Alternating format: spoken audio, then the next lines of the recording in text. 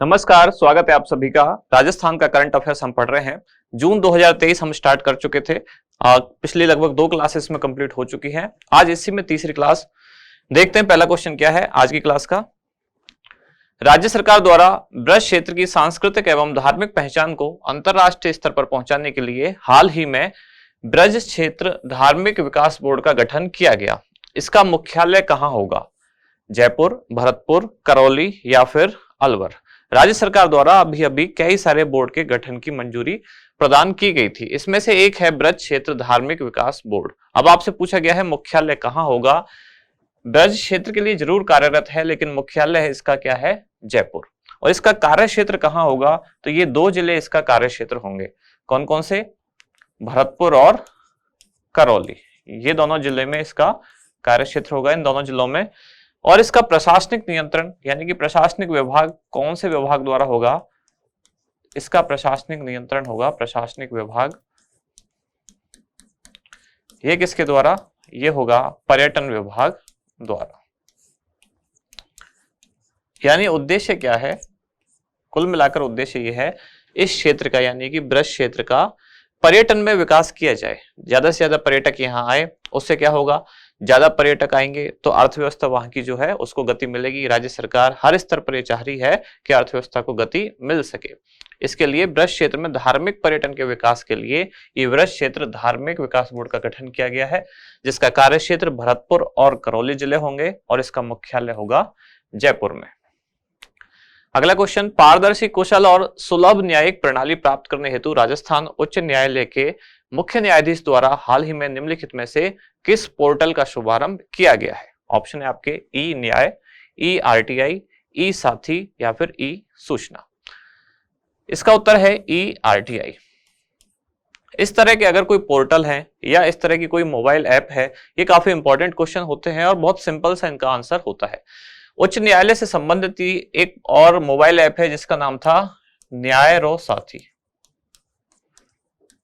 ये रालसा द्वारा विकसित की गई थी और ये क्वेश्चन पूछ लिया गया था फर्स्ट ग्रेड वाले एग्जाम में कि रालसा द्वारा विकसित कौन सी मोबाइल ऐप है। उसका नाम था न्यायरो साथी। ये है मोबाइल ऐप जो कि रालसा द्वारा विकसित है और अभी राजस्थान उच्च न्यायालय के जो मुख्य न्यायाधीश हैं ऑगस्टिन जॉर्ज मसी, उनके द्वारा इस पोर्टल का शुभारंभ किया गया, ई आरटीआई। इस पोर्टल का उद्देश्य क्या है? पारदर्शी, कुशल और सुलभ न्यायिक प्रणाली प्रदान करना, यानी कि इस पोर्टल पर उनको जानकारी भी मिल सकेगी, अपडेट मिल सकेगा उनके केस के बारे में क्या क्या जानकारियां हैं।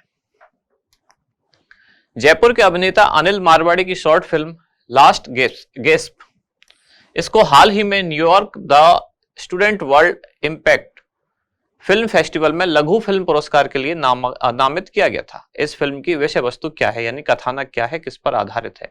पहली बात तो 2-3 जानकारी यहाँ है। एक तो जयपुर का है, व्यक्ति कौन है? अनिल मारवाड़ी, ये इसमें अभिनेता की भूमिका इन्होंने निभाई। फिल्म का नाम है लास्ट गेस्प। और इसको किस लिए ये फिल्म चर्चा में रही? क्योंकि New York the student world impact film festival में लघु फिल्म पुरस्कार के लिए नामित इसको किया गया है। इस फिल्म का कथानक या इसकी विषय वस्तु जो थीम है वो किस पर आधारित है? तंबाकू निषेध पर यह फिल्म आधारित है। ग्रीन बॉन्ड जारी करने वाला इंदौर के बाद देश का दूसरा शहर कौन सा है? ये बॉन्ड वाला क्वेश्चन थोड़ा आपको ध्यान से पढ़ना है। ग्रीन बॉन्ड जारी करने वाला दूसरा शहर पूछा है, ग्रीन बॉन्ड पूछा है। एक है कौन सा नगर निगम है, और बॉन्ड जारी करने वाला पहला नगर निगम, बॉन्ड जारी करने वाला पहला नगर निगम यानी कि बॉम्बे स्टॉक एक्सचेंज में जो लिस्टेड है और बॉन्ड उसने जारी किए गए हैं, तो बॉन्ड जारी करने वाला पहला नगर निगम वो है भरतपुर। सेबी की मंजूरी के बाद बॉन्ड जारी किए गए हैं, वो है नगर निगम पहला भरतपुर। यहां पूछा गया है ग्रीन बॉन्ड जारी करने वाला देश का दूसरा शहर, ये है ग्रीन बॉन्ड और ये देश का दूसरा शहर। पहला कौन सा है? इंदौर, और दूसरा इसमें कौन सा है? जयपुर। क्वेश्चन में अंतर ध्यान रखना। अगर पूछा जाए कि बॉन्ड जारी करने वाला पहला नगर निगम कौन सा है, वो है भरतपुर नगर निगम। इसने बॉम्बे स्टॉक एक्सचेंज में लिस्टेड कराया है अपने आप को और बॉन्ड जारी किया है। ग्रीन बॉन्ड की बात की जाए तो पहला है इंदौर और दूसरा कौन सा है? ये है जयपुर। शहरों के आसपास के वन क्षेत्र के विकास के लिए हाल ही में राज्य सरकार द्वारा कुल कितने शहरों में ग्रीन लंग्स ग्रीन लंग्स किनको कहा गया है? वन क्षेत्रों को ही कहा गया है। उनको विकसित करने के लिए वित्तीय प्रस्ताव को मंजूरी दी गई। संख्या पूछी गई है कि अभी अभी राज्य सरकार द्वारा एक प्रस्ताव को मंजूरी दी गई, वित्तीय प्रस्ताव को। कुल मिलाकर इसके लिए 19 करोड़ रुपए राज्य सरकार द्वारा जारी किए गए कि शहरों के आसपास का जो क्षेत्र है वहां ग्रीन लंग्स यानी वन क्षेत्र विकसित किए जाए। अब वन क्षेत्रों को लंग्स क्यों कहा जा रहा है? फेफड़े का काम क्या है? श्वसन। तो ऐसे ही वन क्षेत्र जो है ये भी एक तरह से ऑक्सीजन और कार्बन डाइऑक्साइड का बैलेंस बनाए रखते हैं पर्यावरण में, इसलिए इनको भी लंग्स की तरह ही कहा जा रहा है। अब आपसे पूछा गया है कुल कितने ग्रीन लंग्स विकसित करने हेतु वित्तीय मंजूरी दी गई है? तो ये है 13 शहरों में, यानी कि शहरों के आसपास का जो क्षेत्र है उसमें ऐसे वन क्षेत्र विकसित किए जाएंगे जिनको नाम दिया गया है ग्रीन लंग्स।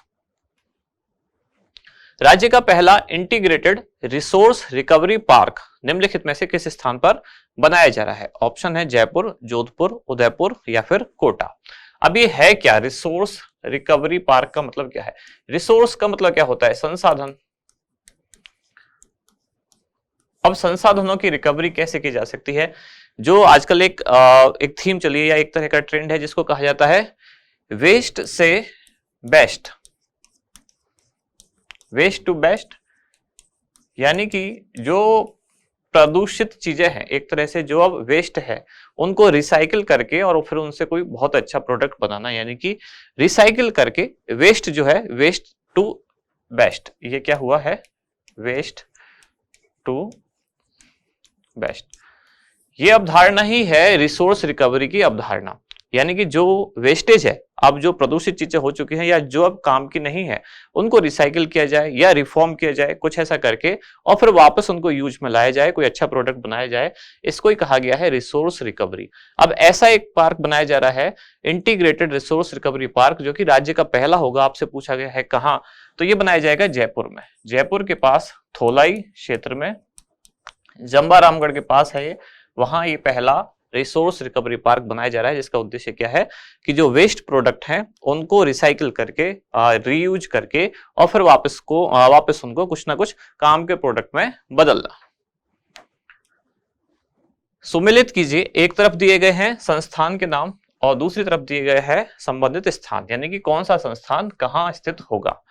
जैसे कि प्रदेश का पहला planetarium, centre for excellence for blue pottery, हस्तशिल्प एवं हथकरघा निदेशालय और सत्यव्रत रावत चुंडा पैनोरमा। अब यहां दिए गए हैं स्थान के नाम, तो सीधा सीधा हम यही देख लेते हैं। प्रदेश का पहला प्लेनेटेरियम ये कहां बनाया जा रहा है? ये बनाया जा रहा है कोटा में, यानी कि ए के साथ होगा 3। Centre for excellence for blue pottery ये बनाया जा रहा है कहां? जयपुर में, यानी बी के साथ होगा 1। हस्तशिल्प व हथकरघा निदेशालय बजट की घोषणा कहां बनाया जा रहा है? जोधपुर में। सत्यव्रत रावत चुंडा पैनोरमा ये कहां बनाया जा रहा है? चित्तौड़गढ़ में। यानी कि कौन सा सेट होगा हमारा? 3, 1, 2 और 4। कहां है ये? ये है ऑप्शन डी में, 3, 1, 2 और 4, यानी कि डी जो विकल्प है ये है इसका सही उत्तर होगा। औद्योगिक प्रदूषित जल की समस्या के समाधान हेतु कॉमन एफ्लुएंट ट्रीटमेंट प्लांट या CETP जिसको शॉर्ट में कहा गया है, इसकी स्थापना कहां की जा रही है? कॉमन एफ्लुएंट ट्रीटमेंट प्लांट स्थापना कहां की जा रही है? भिवाड़ी, भीलवाड़ा, निम्बाहेड़ा या फिर भडला। तो औद्योगिक प्रदूषित जो जल है उसको रिट्रीट करने के लिए, वापस रीयूज करने के लिए अलवर के भिवाड़ी में ये ट्रीटमेंट प्लांट जो है बनाया जा रहा है, जिसका नाम क्या है? Common effluent treatment plant CETP। फिर है चिकित्सा क्षेत्र में विभिन्न स्वास्थ्य जांचें एक ही छत के नीचे उपलब्ध कराने हेतु देश की पहली, ये देश की पहली है इसलिए जानकारी खास है, पब्लिक हेल्थ लैब, इसकी स्थापना कहां की जा रही है? ऑप्शन है आपके अलवर, कोटपुतली, पुष्कर या फिर जोधपुर। इसकी स्थापना की जा रही है कोटपुतली में। राज्य सरकार द्वारा घोषणा की गई है कि इस तरह की कुल 10 लैब बनाई जाएंगी और इन 10 में से जो सबसे पहली है, पहली कहां बनाई गई है? कोटपुतली में। अभी अलग से भी जिला बन चुका है कोटपुतली, बहरोड मिला के, पहले जयपुर में था, तो कोटपुतली में पहली ये लैब बनाई जा रही है, जिसका उद्देश्य क्या होगा? एक ही छत के नीचे, यानी कि एक ही स्थान पर सभी तरह की जो स्वास्थ्य जांचें हैं वो उपलब्ध हो सके मरीजों को अलग अलग जांच के लिए अलग अलग स्थान पर ना भागना पड़े, इसके लिए ये अवधारणा लाई गई। राजस्थान में ऐसी कुल 10 लैब बनाई जाने वाली है, जिसमें से पहली, जो कि देश की भी पहली है, वो कहां बनाई गई है, बनाई जा रही है अभी कोटपुतली। राज्य का 27वां कंजर्वेशन रिजर्व निम्नलिखित में से किस जिले में अवस्थित है? 27 हो चुके हैं राजस्थान में कंजर्वेशन रिजर्व, और 27वां जिसका नाम क्या है, नाम है इसका बांज आमली। ये 27वां कंजर्वेशन रिजर्व है। किस जिले में है ये है बारां में, और इसके साथ ही यानी बांज आमली बारां में जैसे ही कंजर्वेशन रिजर्व घोषित हुआ, अब बारां में कुल कितने कंजर्वेशन रिजर्व हो चुके हैं, इसके साथ ही बारां में अब कुल 5 कंजर्वेशन रिजर्व हो चुके हैं। तो ये समाप्त हुई आज की क्लास के जो 10 क्वेश्चन थे। अब एक बार जो पुरानी क्लास है हर दिन जैसा कि हम उसको रिवाइज करते हैं, देख लेते हैं। उसका पहला क्वेश्चन क्या था कल, योग दिवस के अवसर पर राज्य स्तरीय आयोजन की थीम निम्नलिखित में से क्या थी? ऑप्शन थे आपके हर घर आंगन योग, वसुधैव कुटुंबकम, सभी के लिए योग, योग फॉर वेलनेस, सद्भाव और शांति के लिए योग। इसका उत्तर क्या था? ए, राज्य स्तरीय जो समारोह था उसकी थीम रखी गई थी हर घर आंगन योग वसुधैव कुटुंबकम। जबकि अंतरराष्ट्रीय योग दिवस, उसकी थीम क्या थी? अंतरराष्ट्रीय योग दिवस की थीम थी वसुधैव कुटुंबकम के लिए योग। ये अंतरराष्ट्रीय योग दिवस की थीम थी, इतना। और राज्य स्तरीय जो समारोह हुआ था वहां थीम क्या थी? तो वहां जो आपके ऑप्शन में लिखा हुआ है वहां था ये हर घर आंगन योग वसुधैव कुटुंबकम। ये हो गया राज्य स्तरीय समारोह जो आप पीले रंग से देख पा रहे हैं, और ये अंतरराष्ट्रीय योग दिवस की थीम थी, यानी वसुधैव कुटुंबकम कॉमन था दोनों में। ये अंतरराष्ट्रीय योग दिवस कौन सा? तो वर्ष 2023 के लिए ये बात की जा रही है। बाकी भी हैं, ये भी अलग अलग वर्ष में कभी ना कभी थीम रही है। बी वाले ऑप्शन को छोड़कर, बी नहीं था थीम, सी और डी रहे हैं। तो हर घर आंगन योग वसुधैव कुटुंबकम राज्य स्तरीय आयोजन की थीम थी। अंतरराष्ट्रीय योग दिवस की थीम क्या थी? वसुधैव कुटुंबकम के लिए योग। World Milk Day and summer meet का आयोजन निम्नलिखित में से किस स्थान पर किया गया था? जम्मू कश्मीर के श्रीनगर में इसका आयोजन किया गया था। एक और बात मैंने कल बताई थी कि इसके साथ ही राजस्थान हो गया है दूध उत्पादन में पहला। राजस्थान दूध उत्पादन में कौन से स्थान पर है? पहले स्थान पर। भारत दूध उत्पादन में कौन से स्थान पर है पूरी दुनिया में? पहले स्थान पर। यह क्वेश्चन पूछा गया, मैंने बताया सेकंड ग्रेड री एग्जाम में कि भारत का दूध उत्पादन में कौन सा स्थान है? विश्व में पहला स्थान है। भारत में राजस्थान का कौन सा स्थान है दूध उत्पादन में? पहला स्थान है। राजस्थान का ऊन उत्पादन में भी देश में पहला स्थान है। राजस्थान का बाजरा उत्पादन में भी देश में पहला स्थान है, और राजस्थान का ज्वार उत्पादन में देश में तीसरा स्थान है। सारी जानकारी हमने कल डिस्कस की थी। ग्राम पंचायतों को टीबी मुक्त करने के लिए टीबी मुक्त ग्राम पंचायत अभियान किस अवधि के दौरान चलाया गया? अच्छा, इस क्वेश्चन में एक और चीज लिखनी चाहिए जो कल मिसिंग थी, वो था इसका पहला चरण। पहला चरण कब से कब चलाया गया? ये चलाया गया अगस्त 2022 से अप्रैल 2023 तक। अब इसका दूसरा चरण भी शुरू हो चुका है, और ये अभी परसों ही शुरू हुआ है, इसलिए कल की क्लास में ये जानकारी नहीं थी। दूसरा चरण किसका? टीबी मुक्त ग्राम पंचायत। दूसरा चरण कब से शुरू हुआ है? कल की सुजस में हमने पढ़ा था, ये शुरू हुआ है परसों यानी कि 24 अगस्त से। 24 अगस्त 2023 दूसरा चरण शुरू हो चुका है। पहला चरण कब हुआ था? अगस्त 2022 से, उसके एक साल बाद लगभग दूसरा चरण शुरू हो चुका है। पहले चरण में क्या हुआ था? पहले चरण में कुल 7 जिलों की 7 जिले, मैंने कल नाम भी बताए थे उनके, इन 7 जिलों की 29 ग्राम पंचायत ऐसी थी जिनको टीबी मुक्त घोषित किया गया है। ये पहले चरण में। अब दूसरे चरण में लक्ष्य क्या रखा गया है कि राजस्थान की कुल 7000 ग्राम पंचायत जिनको टीबी मुक्त किया जाना है अगले 1 वर्ष में, ये लक्ष्य रखा गया है दूसरे चरण में। और ओवरऑल टीबी के उन्मूलन के लिए कौन सा वर्ष निर्धारित है? टीबी के उन्मूलन के लिए, पूरे देश से टीबी के उन्मूलन के लिए वर्ष 2025 को रखा गया है, और राजस्थान से भी टीबी के उन्मूलन के लिए 2025 को डेडलाइन या कह सकते हैं अंतिम तारीख या जो वर्ष रखा गया है कि तब तक हमको टीबी का उन्मूलन राजस्थान से भी और पूरे देश से करना है। टीबी उन्मूलन से संबंधित 4-5 खास जानकारियां। ये पहला चरण है जो क्वेश्चन में लिखा हुआ है, टीबी मुक्त ग्राम पंचायत अभियान का पहला चरण अगस्त 22 से अप्रैल 23 तक। दूसरा चरण अभी शुरू हुआ परसों 24 अगस्त 2023 से। उद्देश्य क्या है? 7000 ग्राम पंचायतें जो है राजस्थान की अलग अलग, उनको टीबी से मुक्त करना। पहले चरण में 7 जिलों की 29 ग्राम पंचायत टीबी मुक्त की गई। कौन कौन के 7 जिले हैं वो भी मैंने बताया था, जैसे सीकर, झुंझुनू, चूरू, बूंदी, इसके अलावा फिर अलवर, हनुमानगढ़ और जैसलमेर। इस तरह से कुल 7 जिले थे। राज्य खाद्य सुरक्षा सूचकांक के 5वें संस्करण के अनुसार बड़े राज्यों की श्रेणी में राजस्थान का कौन सा स्थान रहा? बड़े राज्यों की श्रेणी में राजस्थान का रहा 8वां स्थान। राजस्थान और राजस्थान के साथ साथ महाराष्ट्र दोनों का स्कोर क्या था? 100 में से 45 अंक। ये राजस्थान और महाराष्ट्र 8वें स्थान पर, इनका स्कोर था 45/100। पहले स्थान पर कौन रहा था? पहले पर रहा था केरल। इसके बाद है नेशनल इंस्टीट्यूट रैंकिंग फ्रेमवर्क यानी कि NIRF के अनुसार ओवरऑल रैंकिंग में किस संस्थान की रैंक राजस्थान में सर्वश्रेष्ठ रही? तो ये राजस्थान में सर्वश्रेष्ठ रहने वाला संस्थान था बिट्स पिलानी, जिसकी भारत में रैंक क्या रही? 25। Centre for science and environment यानी कि CSE की वार्षिक report state of India's environment in figures 2023 के अंतर्गत राजस्थान की रैंक इनमें से कौन सी रही? तो राजस्थान का इसमें खराब प्रदर्शन रहा, रैंक रही 29वीं। महात्मा गांधी का संदेश राजस्थान के घर घर तक पहुंचाने के लिए नियुक्त किए जाने वाले महात्मा गांधी सेवा प्रेरकों के संबंध में कौन सा कथन सही नहीं था? तो ये 50,000 इनकी संख्या होगी, ये सही था। 21 से 50 वर्ष इनकी आयु होनी चाहिए, ये बात भी सही है।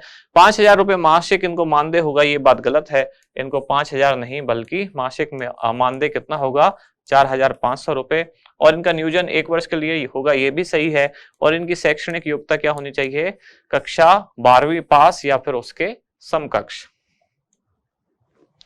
जिला स्तर पर गठित किए गए रोड सेफ्टी टास्क फोर्स का उद्देश्य निम्नलिखित में से कौन सा है? तो ऑप्शन ए ही इसका उद्देश्य है, यानी कि वर्ष 2030 तक सड़क दुर्घटना एवं मृत्यु दर में 50% की कमी लाना। इसका कार्यकाल कितना होगा? इस कमेटी का या इस टास्क फोर्स का कार्यकाल होगा 3 वर्ष। और जिला स्तर पर यह बनाई गई है, तो इसकी अध्यक्षता किसके द्वारा की जाएगी? अध्यक्षता की जाएगी जिला कलेक्टर द्वारा।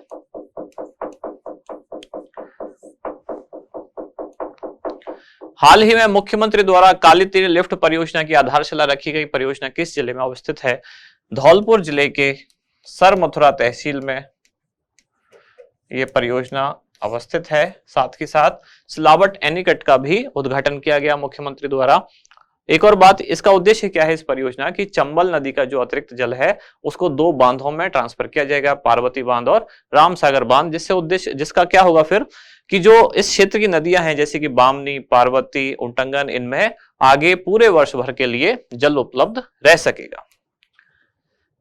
संयुक्त राष्ट्र संघ, अच्छा ये सेकंड ग्रेड वाले एग्जाम का ही क्वेश्चन है, री एग्जाम में जो पूछा गया था वो वहीं से रखा गया है कि संयुक्त राष्ट्र संघ जनसंख्या कोष UNFPA ने सामाजिक सरोकारों से जुड़े मुद्दों की समझ बढ़ाने हेतु किस विश्वविद्यालय के साथ समझौता ज्ञापन हस्ताक्षरित किया है? ये विश्वविद्यालय हैं, ऑप्शन आपके क्या क्या थे? जय नारायण व्यास विश्वविद्यालय, मोहनलाल सुखाड़िया, हरदेव जोशी या फिर राजस्थान विश्वविद्यालय, जिसका उत्तर क्या था? हरदेव जोशी पत्रकारिता और जनसंचार विश्वविद्यालय, जो कि जयपुर में अवस्थित है। इसके साथ ही कल की और आज की दोनों क्लासेज समाप्त होती हैं। अब मिलते हैं अगली क्लास में। धन्यवाद।